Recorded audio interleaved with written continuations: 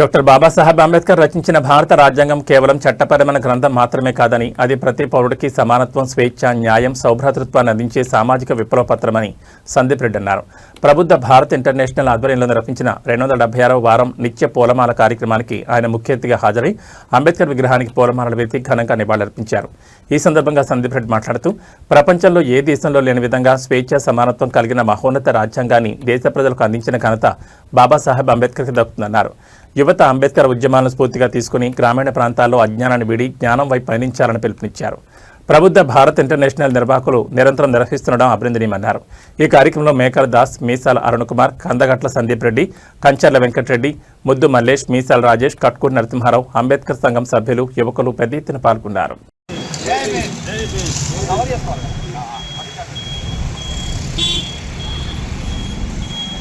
जोहार डॉक्टर बाबा साहब अम्बेडकर, जोहार जोहार, जोहार डॉक्टर बाबा साहब अम्बेडकर, जोहार जोहार, वदिलाली फुले अंबेडकर लाचर विधान, वदिलाली फुले अंबेडकर लाचर विधान, जय भीम, जय भीम, जय भीम, जय भीम.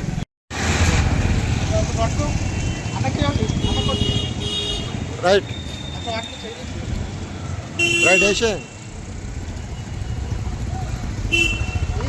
जोहार विद्यार्थी अमरवीरुలకు, जोहार जोहार, जोहार विद्यार्थी अमरवीरुలకు, जोहार जोहार, वदिलाली विद्यार्थुల ఐక్యత, वदिलाली वदिलाली, वदिलाली विद्यार्थి, जोहार डॉक्टर बाबा साहब अंबेडकर, जोहार जोहार, जोहार डॉक्टर बाबा साहब अंबेडकर, जोहार जोहार, वदिलाली भारत రాజ్యాంగం, वदिलाली वदिलाली, वदिलाली भारत రాజ్యాంగం, वदिलाली वदिलाली, जय भीम, जय भीम, जय भीम, जय भीम.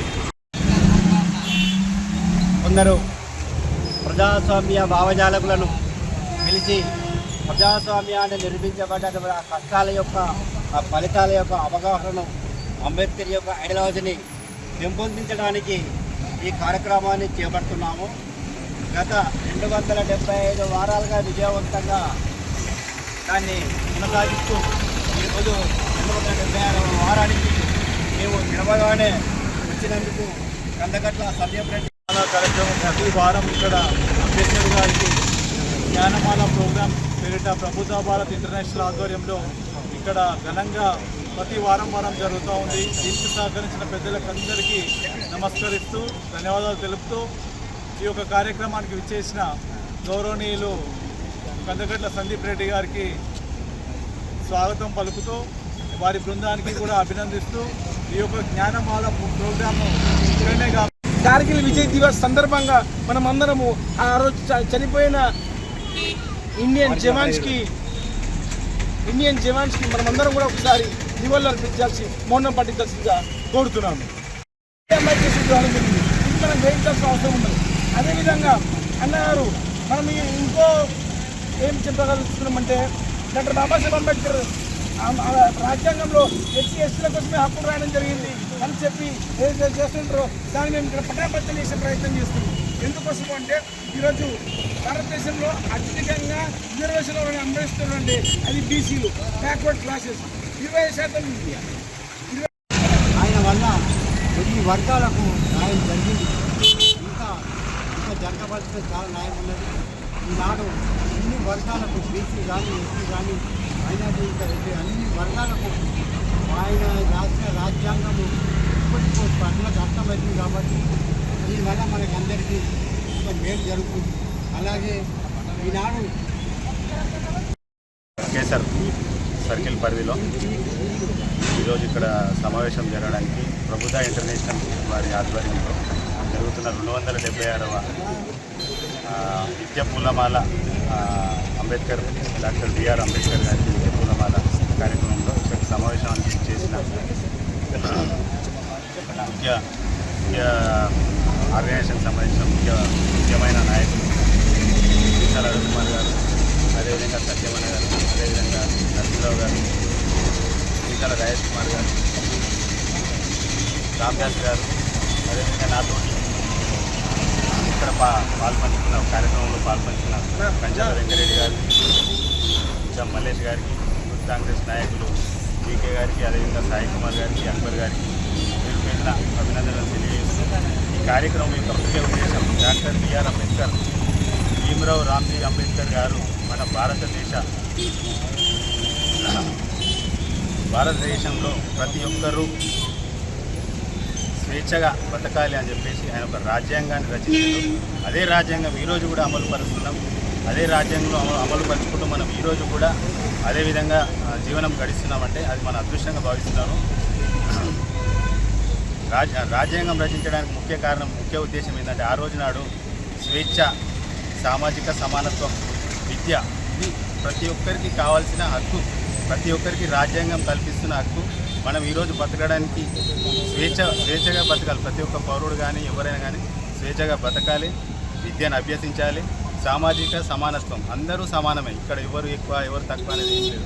ఆ విధంగా ఆయన ఒక కమిటీలో చైర్మన్గా వ్యవహరించి రాజ్యాంగాన్ని రచించి దాన్ని పూలమాల కార్యక్రమం 276వ వారానికి ముఖ్య అతిథిగా విచ్చేసిన కందకట్ల సందీప్ రెడ్డి గారు, కాంగ్రెస్ నాయకులు, ఆదిలాబాద్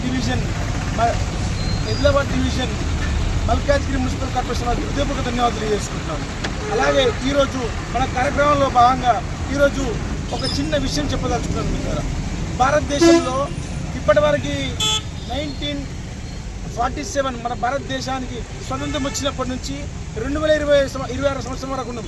ఇన్ని సంవత్సరాలలో ఇప్పటికైనా సరే మనం ఒకటే గుర్తుపెట్టుకోవాలి, ఎప్పుడైనా సరే ప్రభుత్వం ఏదైతే ఉంటుందో ఆ ప్రభుత్వం నియంతృత్వానికి పోతే ఇది నియంతృత్వం కాదు, ఇది ప్రజాస్వామ్యమే అని చెప్పి ప్రజలు ప్రభుత్వానికి గుర్తు చేస్తారని కూడా సభాముఖంగా తెలియజేస్తున్నాను. ఆ యొక్క గుర్తింపుకే నిన్న ధర్మేంద్ర ప్రధాన్ గారి రిజిగ్నేషన్ అని కూడా సభాముఖంగా తెలియజేస్తున్నాను. ఈరోజు భారతదేశంలో ప్రపంచంలో ఎక్కడా లేని శక్తి భారతదేశానికి ఒక శక్తి ఉన్నది. ఆ యొక్క శక్తియే యువత. ఈరోజు ప్రపంచంలో ఎక్కడ లేని యువత భారతదేశంలో ఉన్నారు. అటువంటి యువత ఈరోజు